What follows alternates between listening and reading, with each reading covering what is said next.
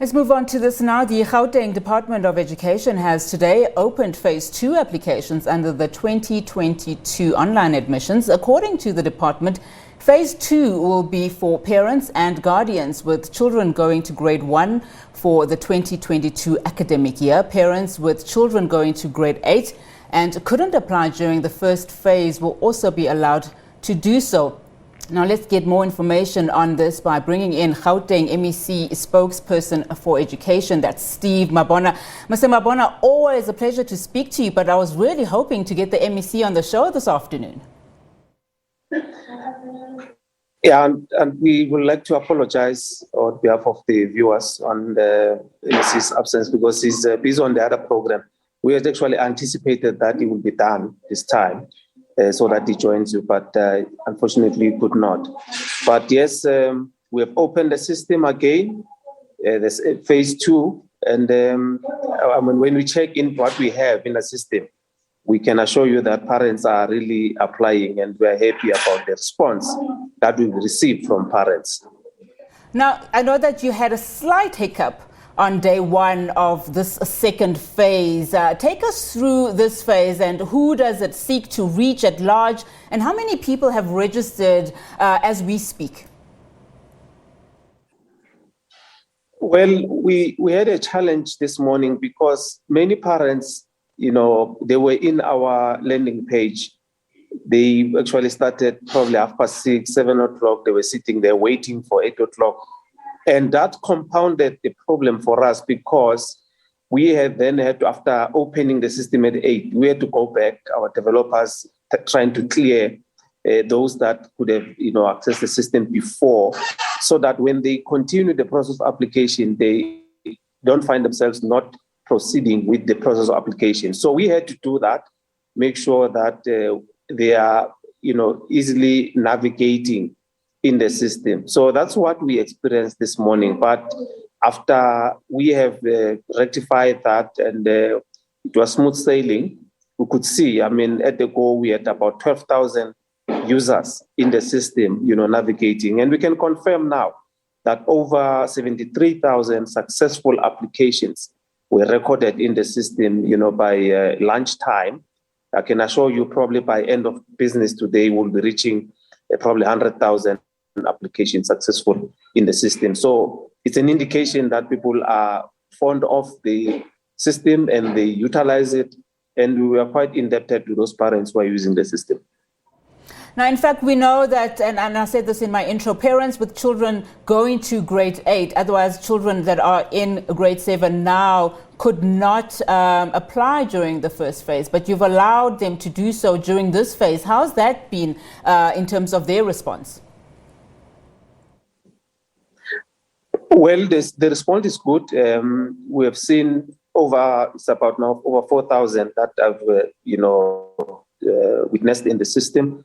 And it's an indication that we still have quite a number of them that need to apply. But we are happy with the response from Grade 1 applicants. You can see the applications, the majority of what we have recorded. When I was checking the numbers, over 69,000 was Grade 1 application. So it's an indication that parents are utilizing the system. And as I'm with you now, I can assure you that there's over 3,000 active users in the system now, because we can closely monitor the system and we can see on what is happening, and we can also detect if there's anything for us to, probably intervene. It's easy for us to see that, look, it looks like we have a challenge here. Like this morning when we realized that there were so many parents, over 9,000 that they, were on our landing page before we even opened the system. So we can easily detect that. So we are monitoring the system closely. And we are saying to those parents that have already applied, they need to upload documents. It's quite important to upload documents because it will be difficult for us to place without documents. Hence, those that don't have or are undocumented, they need assistance. We will deal with those, at the, ample time or appropriate time. But for now, those that have documents, they really need to upload those documents within 7 days of application or submit those documents to the schools that they would have applied to. If you have to weigh in terms of how well this system is working, I mean, I remember when it first came and it was first launched by the MEC back, I think, 5 years or so ago, there was a lot of contestation from various angles, including parents. I mean, court cases ensued.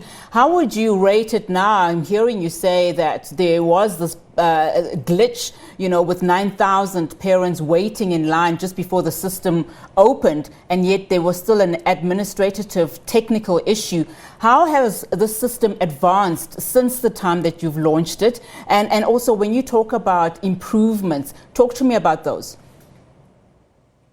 No, the system has been enhanced yearly. Every year there's an element or the feature that we introduce. You will recall that when we were navigating the system, there was no OTP, and we introduced that one. And when we started with it last year, there were challenges a bit, but within an hour, we managed to then successfully, make sure that the OTP works. So this year, we introduced the phase approach, where we started with the grade 7s that are in our space, in our public ordinary schools, and now we are moving to phase 2. So the enhancement of the system, it happens annually. We go back and check on what is it that we need to do. Like, for instance, increasing capacity in terms of the system managing to handle quite a sizable number of volume of those that actively they will be in the system.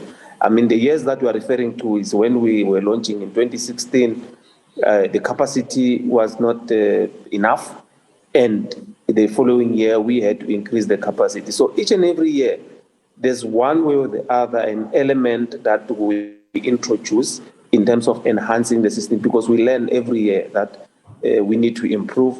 And that's how we've been managing the system. But looking at the numbers, they dictate that the system works, because you would not have such a huge number of people successfully applying if you have your glitches. We don't have glitches anymore. What we have, it will be probably a challenge that we need to mitigate, because we are monitoring the system closely. During phase 1, we had to, for 2 to 3 hours, switch off the system because we detected things that we were not satisfactory with. And we said, no, we need to rectify what we see, because we are monitoring the system closely. And after 4 hours, we managed to say, let's continue with the process, and our parents managed to apply. So we enhance the system yearly. Steve, perhaps as we conclude this conversation, I just want to move our conversation to what the president announced yesterday when he moved the country back to adjusted level 2.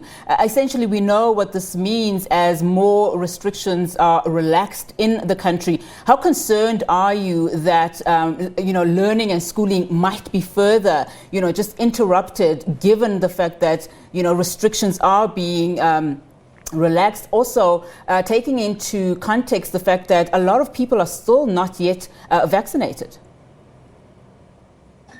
Look, from where we are sitting, we just want to encourage the citizens to go and vaccinate, so that we then reduce the number of those that are not vaccinated. And the non-pharmaceutical interventions, those are key. We need to continue with that. Though there's some relaxation there and there, but we need to not to forget that that's the only way for us to make sure that we don't have infections, and our schooling, program is not going to be interrupted by, the numbers that will probably increase. That there's an anticipation that we might have a fourth wave. So we need to, all of us, adhere to the COVID-19 protocols and make sure that we take care of ourselves, we are all safe. And that's the only way that we will then manage, because we hear that some parents are saying now that the president has relaxed a bit, what are you saying now about sporting activities? We want to come and watch our children. But we are saying the minister will lead us on that one. We will wait for an announcement, if there will be, from the national perspective, on how we're going to be managing the issue of sporting codes, whether we're going to be allowing parents to come and watch, or how we're going to be managing it, but probably an announcement will be made. Steve Mabona, Education Spokesperson in Gauteng, thank you so much for your time this afternoon. Thank you very much.